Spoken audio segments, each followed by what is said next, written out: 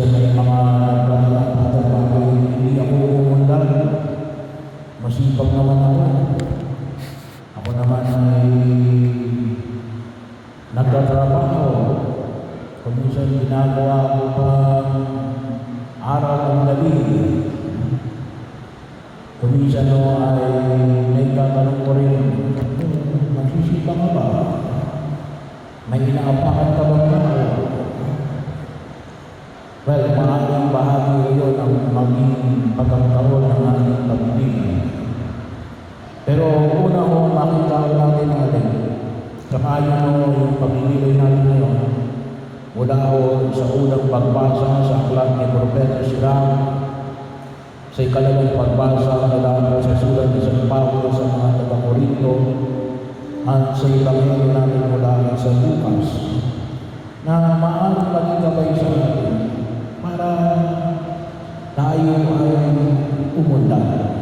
Sapagkat yung pananampalataya natin ay isang pananampalataya na nais natin kapag tayo ay umunlad. Yang si Jesu Kristo ay namatay at muling nabuhay para sa atin upang magdulot ng kaligtasan. Yun yung maliwanag din naman ko sa atin ngayon mula sa sulat ni San Pablo sa mga taga-Korinto. Una, bahagi yun na makita natin na kinakailangan mayroong taga-akay. At hindi bulag ang taga-akay. Hindi bahagi yun na kung saan makita natin na hindi tayo pwede makakayang kung ang bulag ay inaakay ng kapwa bulag. Ano pinamailang? Maging bulag tayo. Maging bulag tayo sa mga bagay ng daigdig na ito para maaakay natin ang tao. Yes, also tulong for mga taga-akay. Sino ba yung tinuturing natin ng mga bulag na taga-akay? Ang tawag naman ngayong panahon ng mentor o guro o modelo. Kaya yung mga santo o santa. Isa o sa mga pagkilo sa mga, ito yung tutularan ko. Ito yung tutularan ko na maging kamay ko para umunlad ako. Kung kinakailangan na rin, maghanap tayo ng mga tagapag-akay. Ito yung mga tao sa tingin ko tutulong sa akin. Ano man ang tinagahan natin pagkilo sa daigdig na ito, ay itong tao itong gusto kong tunaran. Diyan na makita natin na ito yung mga tao hindi ang ibubulit sa kapahamakan. Tuturuan naman ito. At gano'n din naman, tayo din yung naayaan ng Diyos natin na maging taga-akay. Kung minsan tayo hindi tayo nagtuturo kasi yung pang-akala natin ay baka mas umunlad pa ang tao ito kaysa sa atin. Hindi ba natin nakikita na kaya pala umunlad ang tao ito kasi natulungan natin. Hindi ba isang karangalan yun at higit sila hindi lang karangalan yung galing. Yun ay bahagi ng ating pagtugon sa panawagan ni Jesus. Kawang-kawa yun, nakatulong tayo sa pagtunan ng ibang tao. Kung minsan tayo nagtanakot na tumulong sa ibang sinabi na baka tayo nahihitan pa, no? Ay maliho. Maling kami sa kanya. Hindi magaling sabihin mo na, ako ang pinakamagaling. Kapag wala ako, wala silang magagawa. Hindi, bulong ka. No? Bakit? Yung galing mo, hindi mo tinuro sa iba. Pinakailang ikaw lang ang pwede gumawa. Hindi po yun makakristyano kaisipan. Kung talagang magaling ka, dapat mayroon kang natutulungan. Mayroon kang kung tawagin natin protege. Meron dapat na sumusunod sa iyo. Bahagi yun. Yun ay isa sa mga maituturing natin na bahagi ng ating pagtuon bilang mga mananampalatayang Kristiyano. So yun, mula nagkatahanan. Pangalawa, bahagi mo para makita natin ang tunay na pag-ibig sa Diyos o pagpapayo ng dati. Huwag mong tingnan ang tuwing ng iyong kapatid. Tingnan mo yung kahilan sa lumaga, yung panyaya ng pinahayag ng Jesus. Tayo, marami tayong komento sa ibang tao. Naghahanap tayo ng problema sa ating kapwa. Ano sabi ng Jesus? Magkapagalan ng problema. Maghanap ka ng solusyon. Bahagi yung makita natin sa pagtugon natin sa kalawakan ng buong kapal. Pagkakataon mo sa kanyang makita natin, naalala ko ulit kahapon. Nanood ako sa balita. Ay tinatanong si President Trump, sabi sa kanya, anong masasabi mo sa Germany? Kasi sa Germany daw mag-eleksyon. Anong sabi ni Trump? Sabi niya, good luck sa Germany. Pero anong sabi niya? We have our own problems. Yun ang tulungan namin. Ang galing natin mag-komento sa problema ng iba. Hindi. Bigyan natin ng pagkilala at solusyon yung problema na hinaharap natin. Naalala mo rin kahapon kasi nagmisa si Bishop tayo sa sulit kahapon yung anticipated mass natin. Sabi niya ay nakita niya namin tayo raw ay napag-iwanan ng mga karating bayan. Sabi niya sana rin ay tayo ay umulan din.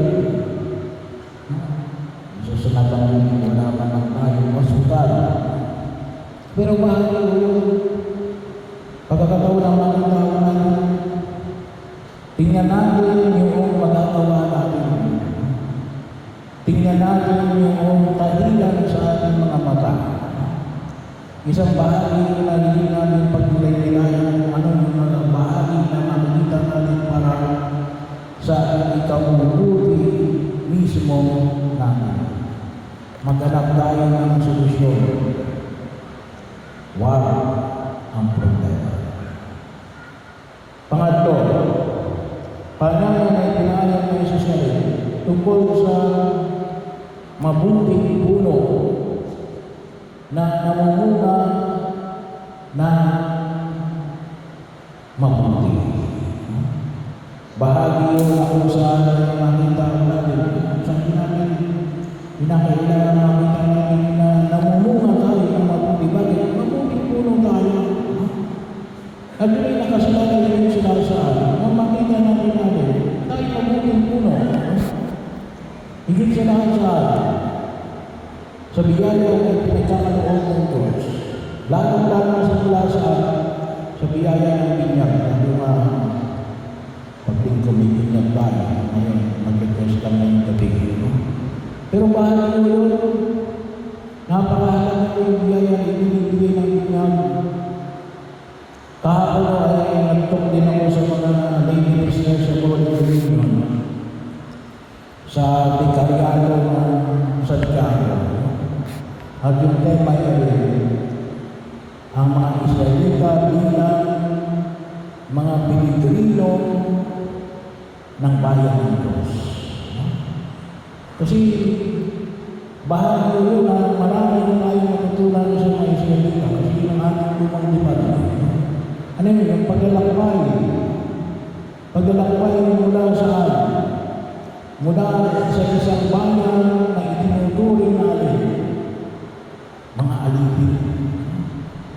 Kasi ang mga Israelita ng alipin ng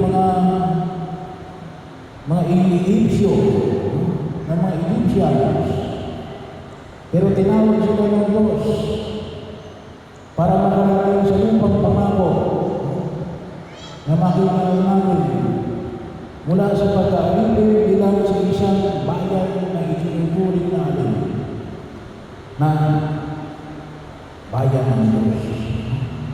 Kaya kapag kayo nakatagpo ng mga Israelita, kalimitan, kapag sa inyong pagkakunan nyo, lalabasin natin, we are the chosen people of God. Kami ang bayan pinili ng Diyos. Doon sila kumukuha ng lakas, kasi sila yung bayan pinili ng Diyos. Kung minsan makita natin, magkita tayo, isa yung napakaliit na bayan, napakaliit na bansa, nasa disyerto. Pero nag-export ng mga prutas. No? Nag-export sila ng mga prutas.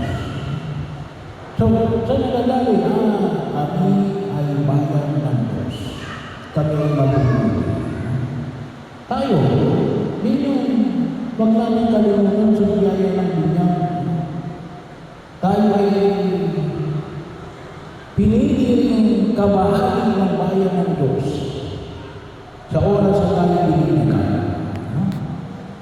Kaya siya lang po, mapalaman sa tayo mabuti. Tayo mga anak ng Diyos. Kaya ipakita natin na tayo ay namunga ng mabuti. At hindi tayo magtiwala sa kapangyarihan na ipinagkakaloob ng Diyos. Katulad ng panyaya na ipinamanig ni San Pablo sa mga taga-Korinto. Sino po, itong tatlong ito, nasa na yung maging gabay natin, mamunga tayo ng mabuti. Una, bahagi yun na kung saan makita natin na tayo ay nagpapagabay at gumagabay bilang mga mulan na mag-aakay. Pangalawa, bahagi yun na kung saan ay maghanap tayo ng solusyon, hindi problema. Pangatlo, makita natin yung karangalan at pinagkaloob ng Diyos na binigyan tayo ng kapangyarihan ng maging mabuti. Pinakailangan lamang natin ipakita natin sa ating mga bunga.